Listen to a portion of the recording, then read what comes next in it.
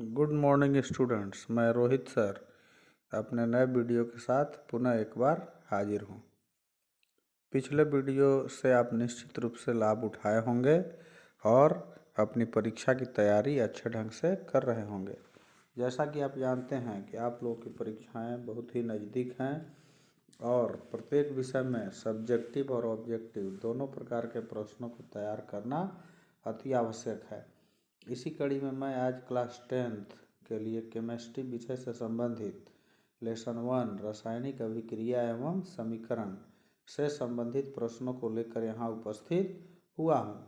आइए हम लोग इसके ऑब्जेक्टिव प्रश्नों को एक एक करके बारी बारी से देखते हैं।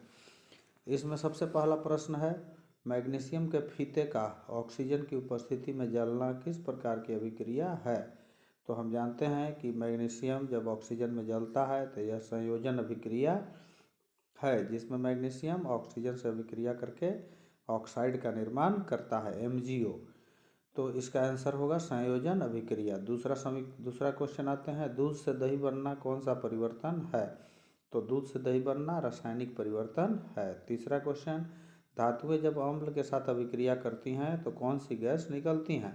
इसमें आप ध्यान देंगे कि धातुएं जब अम्ल से अभिक्रिया करेंगी तो उसमें हाइड्रोजन गैस निकलती है।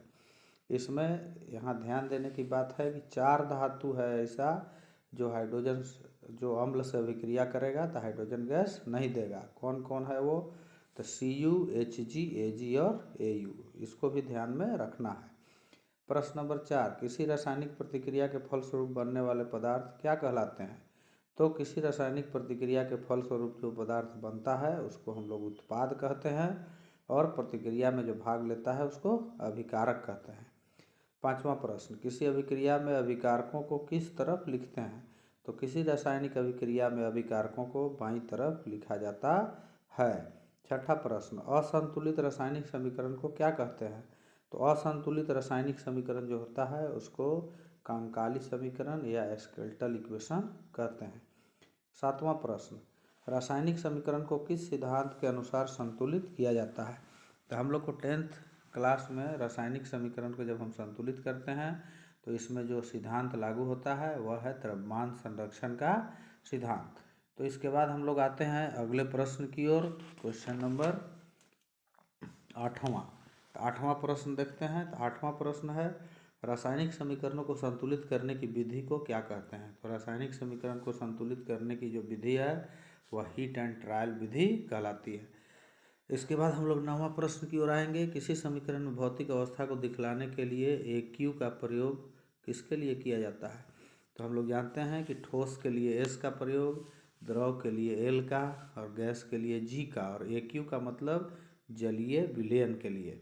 तो इसका आंसर हो जाएगा जलीय विलयन। 10वां क्वेश्चन, कली चूना तथा जल के साथ होने वाली अभिक्रिया किस प्रकार की अभिक्रिया है। तो यह एक ऊष्माक्षेपी अभिक्रिया है, क्योंकि कली चूना को जल में डालेंगे हम तो थोड़ा देर के बाद जब टच करेंगे उसको तो हमको गर्मी महसूस होगा, मतलब ऊष्माक्षेपी अभिक्रिया है। 11 नंबर प्रश्न, उस यौगिक का नाम बताएं जिसका उपयोग दीवारों पर सफ़ेदी करने के लिए किया जाता है। तो बुझा चूना का उपयोग किया जाता है दीवार पर सफ़ेदी के लिए। फार्मूला होता है CaOH का होल 2। प्रश्न नंबर 12, क्या होता है जब चूना जल में CO2 गैस प्रवाहित करते हैं।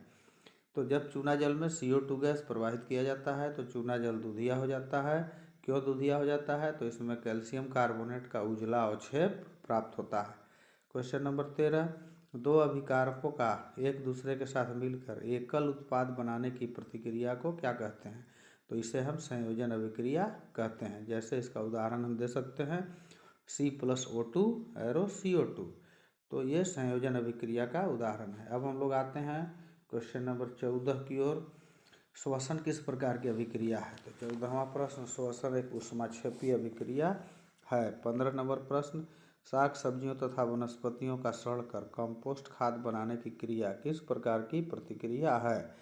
तो जब साग सब्जी वनस्पति सड़ता है तो यह भी एक ऊष्माक्षेपी अभिक्रिया है। 15वां प्रश्न। 16 नंबर प्रश्न, किसी यौगिक का अपघटित होकर दो या दो से अधिक उत्पाद का बनना क्या कहलाता है। तो हम जानते हैं कि हम इसे वियोजन अभिक्रिया कहते हैं, वियोजन या अपघटन अभिक्रिया। तो इसका आंसर हो जाएगा वियोजन अभिक्रिया या अपघटन अभिक्रिया। 17, क्वेश्चन, फेरस सल्फेट के क्रिस्टल को गर्म करने पर उसके रंग का बदलना क्यों होता है? तो हम जानते हैं कि फेरस सल्फेट में 7 अणु जल रहता है, FeSO4 7H2O। तो जब हम उसको गर्म करेंगे तो उसमें जो 7H2O जो क्रिस्टलीय जल है वह हट जाता है, जिसके चलते उसका रंग बदल जाता है। तो 18 नंबर प्रश्न, यह किस प्रकार की अभिक्रिया है? जिसमें हम देख रहे हैं CaCO3 है, इसको गर्म किया जा रहा है और गर्म करने के बाद CaO और CO2 बन रहा है। तो यह एक वियोजन अभिक्रिया है, जिसको हम ऊष्मीय वियोजन अभिक्रिया कहते हैं। 19 नंबर प्रश्न, जल के विद्युत अपघटन में कौन सी गैस अधिक मात्रा में मुक्त होती है? तो हम देखते हैं कि जल का विद्युत अपघटन करते हैं तो 2H2O, जब विद्युत अपघटन करेंगे 2H2 + O2, इसमें हाइड्रोजन का आयतन जो है ऑक्सीजन का डबल होता है, इसलिए हाइड्रोजन जो गैस है अधिक ज़्यादा मात्रा में मुक्त होगी। अगला प्रश्न हम लोग आते हैं 20 नंबर प्रश्न। 20 नंबर, फोटोग्राफी में किस प्रकार की अभिक्रिया का उपयोग किया जाता है? तो फोटोग्राफी में सिल्वर ब्रोमाइड अपघटित होकर सिल्वर और ब्रोमीन बनाता है, यह प्रकाश द्वारा वियोजन अभिक्रिया है। 21 नंबर, कॉपर सल्फेट के विलयन में लोहे का टुकड़ा डालने पर किस प्रकार की अभिक्रिया होती है? तो कॉपर सल्फेट के विलयन में जब लोहा का टुकड़ा डालेंगे तो यहाँ पर जो अभिक्रिया होगी इसको हम लोग विस्थापन अभिक्रिया कहेंगे। क्या बनेगा? तो फेरस सल्फेट बनेगा और तांबा का भूरा अवक्षेप प्राप्त होगा। 22वां प्रश्न, जब किसी प्रतिक्रिया में अघुलनशील ठोस पदार्थ का निर्माण होता है तो उसे हम कौन सी अभिक्रिया कहते हैं? तो जब कोई प्रतिक्रिया के बाद अघुलनशील ठोस पदार्थ बने तो इसका मतलब है कि वह अवक्षेपण अभिक्रिया है।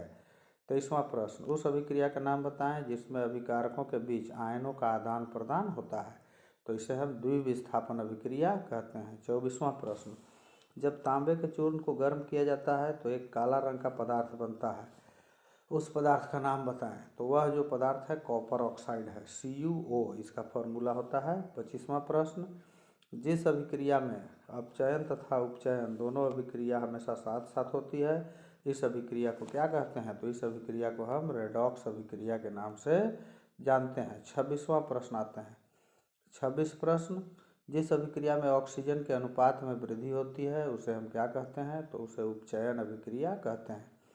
अगला प्रश्न है 27वां, अपचयन अभिक्रिया में क्या होता है? तो अपचयन अभिक्रिया में ऑक्सीजन की हानि होती है, या इसको हम कह सकते हैं कि ऑक्सीजन की कमी होती है।